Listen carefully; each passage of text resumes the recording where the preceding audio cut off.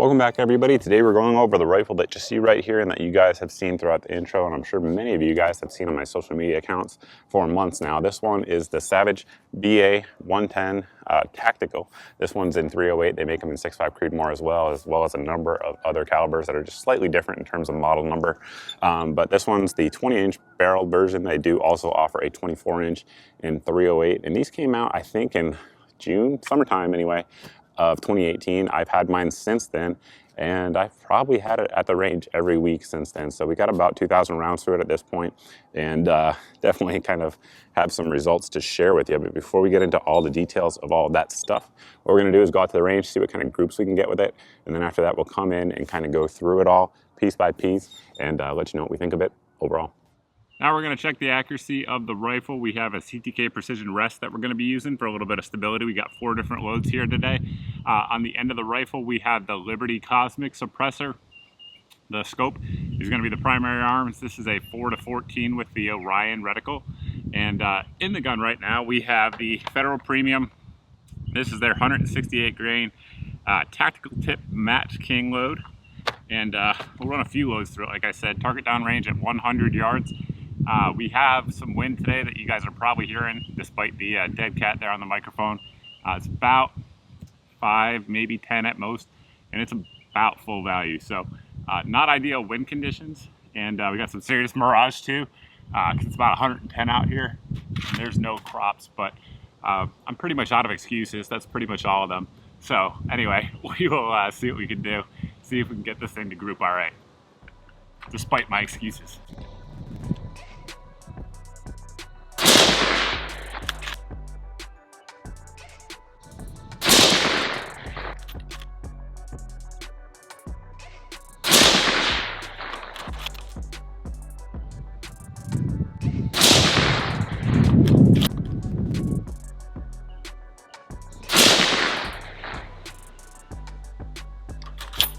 All right, that looks like a decent group to start off with. I'm not going to complain about it. Up next, we'll run some Federal Premium. This is their Edge TLR for big game, 175 grain, 308 round. This thing is nasty looking. It looks mean. I'll roll in a shot so you guys can see it, but it's definitely not something you'd want to take in your chest. But we'll see how it does accuracy-wise out of this rifle. There we go, if I can see the mag.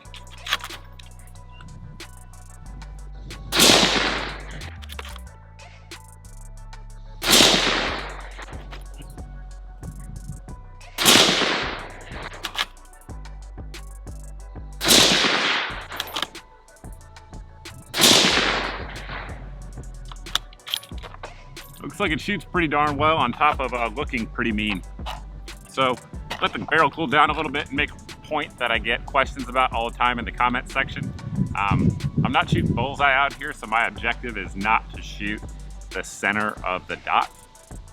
Something people always say in the comment section. What I do, particularly when I have a scope like this where I have enough magnification and clarity, is I'll pick a corner, right? So aim small, miss small. So I'll just pick a corner on the grid and hold on that. So it has almost nothing to do with the dot. I use the dot as a reference point, obviously, to make sure I know I'm holding the same corner, but that's what I'm doing. People always say that though. You should zero your rifle. Okay, bro. All right, up next we have some Gorilla ammunition. This is their 308 load, of course, in 168 grain Sierra Match King bullets in there. So Gorilla has always shot pretty darn well for me. So we'll see how this rifle likes it. I'm gonna have to actually count because we have the next load in the same mag following that. So we'll see how she likes it.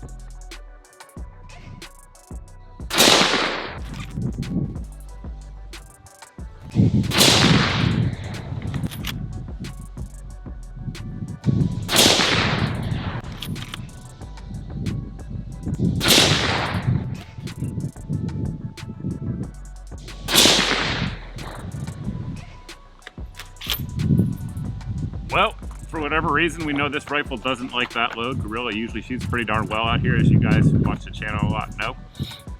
Next up, we're gonna go heavy for caliber. This is another Federal load. This is their gold medal burger, 185 grain. I'm not joking.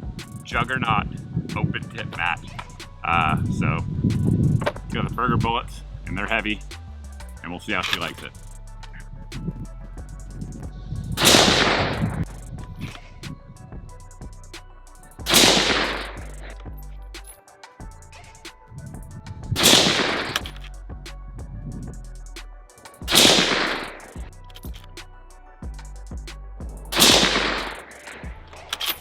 check them out. We started out top left and kind of went counterclockwise here. So we have the first load there, which was those 168 grain gold medal match rounds. And that one's sub MOA. We're going to be about 7/8 of an inch center to center on that one. Then we went over here to that 175 grain, I think edge tip, whatever they call it, the nasty looking one. And we opened up a touch there. We're at about 1.25 inches on that one. After that, we came down here with this Gorilla 168 grain, and that one's just a no-go at this rifle. Some rifles just don't like some loads, and that's why you test it. We're right at 3 inches on that one. And then we came over here. We had a dramatic POI shift with that one. So basically, I was holding bottom corner on most of these for one square off. I was doing the same here. We had about 1.5 minute POI shift with that load, but the group was excellent, as you guys saw. So we're down here right at about 3/4 of an inch center to center on that one. So definitely a couple MOA groups for sure with factory loads. I know some of you guys are hand loaders looking at this. Probably tighten that up a little bit if you guys wanted to do so. With the accuracy out of the way, we'll sort of start out here on the muzzle and work our way down. It does come threaded from the factory with 5/8 threads, so any of your common 308 or 30 cal suppressors will work on there just fine. You've probably seen some throughout this video so far. And right now I have just a little A1 flash hider on there, simply because it works, and mitigating flash and sound is always a good thing. But it does come with a threaded protected muzzle nut, so if you guys aren't going to use it at all, no worries, you're not going to have to worry about damaging your threads should you do so. So again, the barrel on this one is 20 inches. They do offer, again, the 24-inch and 308, and then also the 6.5 Creedmoor. It has the fluting on there. They call this their medium suppressor ready contour, whatever that means. But what you'll see is that it is thicker here in the back and then does sort of taper down all the way. The threads are about 13 inches, or rather the fluting rather is about 13 inches of the total barrel length. Now, looking at Savage's website, it doesn't say that it has 5R rifling. However, a ton of retailers out there say that it has the 5R rifling in there, which certainly is a good thing. It has a 1 in 10 twist rate. 5R, for those that don't know, I'll roll in something here on your screen so you guys can get a better image of it than what I could possibly describe here with my words. But essentially, instead of having opposing lands and grooves, they're sort of offset and rounded. That leads to less fouling. It's easier to clean, and it also leads to less bullet deformation, causing less problems with the bullet, I should say, going downrange. It should fly straighter and truer versus traditional lands and grooves, at least in theory anyway. And the barrel shoots just fine with tons of ammo, so no complaints there in that regard. Continuing on back, we'll get into the stock here, and up front, if you guys were not shooting using a bipod from prone, you know, if you're shooting offhand and you had to actually have your hand up here, it has a nice flared out section for you. I do like it. It's very ergonomic in that regard. As you can see right about here, it starts to widen out, and then up top we have nice checkering as well. Again, so if you are actually firing, standing, kneeling, whatever the case may be, you get a good purchase on there, and you can really pull the rifle back into your shoulder and get as steady as you can possibly get. On the bottom section here, it's pretty darn flat, which I like as well. So if you're shooting, again, without a bipod from, I don't know, a window, a hunting stand, whatever the case may be, you can rest the rifle on there and it's not going to move around a ton on you. I do like that. Some of you guys who are familiar with like Macmillan chassis, a lot of those have that, and it's a similar type of feature. This one has more rounding to it, but it's still relatively flat.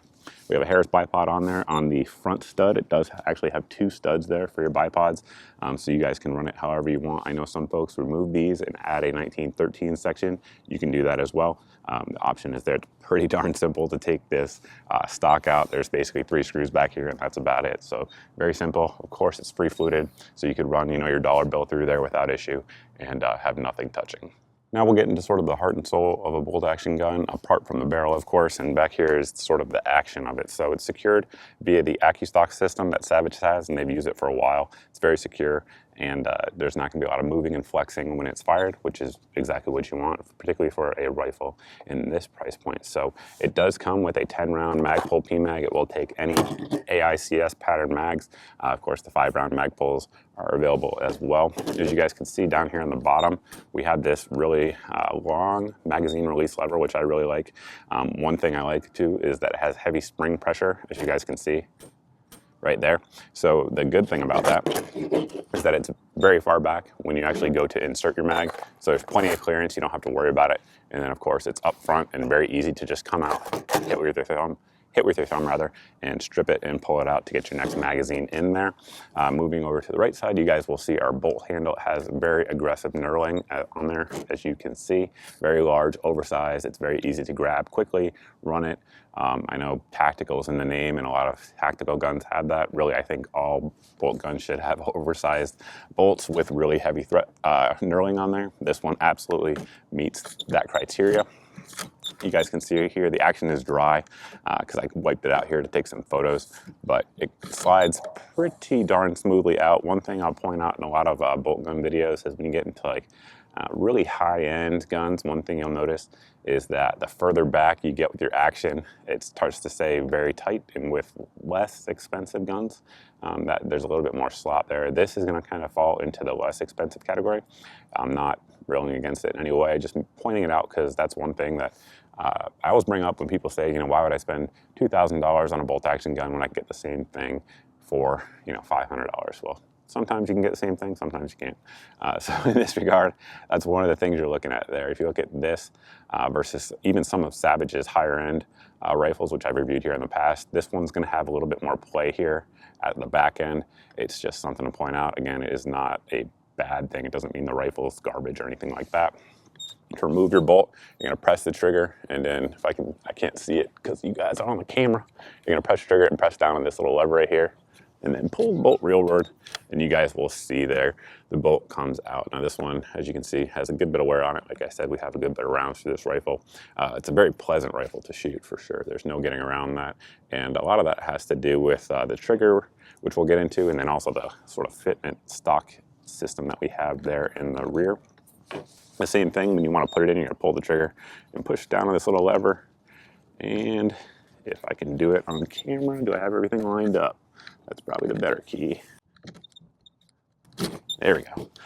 We could actually do it there. So it locks in very positively. That is one thing I like. You definitely know it's there. There's not a lot of effort. When you're just running the bolt fast, you just bang it down and it's good to go. Trigger there is the AccuTrigger. This thing's awesome. It's one of the more proven designs out there on the market. I don't know how many hundreds of thousands of rifles are out there with the AccuTrigger system, and I've never heard of a problem with any of them. So it is user adjustable. You can adjust the pull weight. However, I left mine as it came from the factory because it's very good in that regard. I should also mention our safety here. So we have a 3-position safety. Pretty common stuff for those of you guys familiar with bolt guns. Those of you there who aren't, the full forward position, I should say, is going to be fire. So, as you guys can see, run the action however we want, point in safe direction, pull the trigger, it will go bang. The next position back is actually, I can't do it without running the action. There you go. The next position back, there you go, is actually on safe. However, you can still run the action. So some folks don't like actually chambering around with the rifle on fire. I can tell you it's not going to be a problem, but some folks feel that way. So if that's you, you can run the action. But when you go to actually pull the trigger, it will not fire because it's on safe.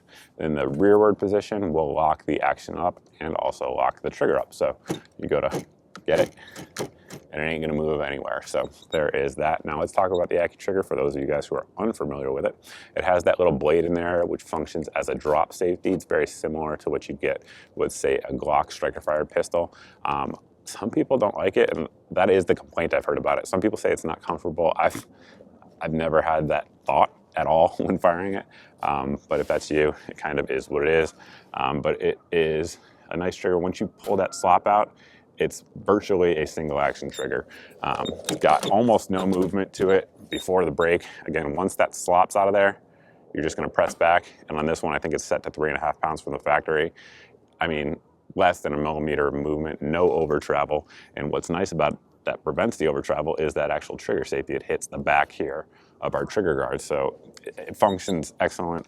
I have zero issues at all with the AccuTrigger system. Those of you that have watched my channel for a while now, you guys have heard me preach 1,000 times that when a bolt gun comes in, I always want to take the mount off. This one here comes with the EGW 20 MOA mount, meaning that it gives you 20 MOA of extra adjustment if you guys want to do some really long range shooting and your scope might not have the ability to dial it in. It does have that, but that's your base there.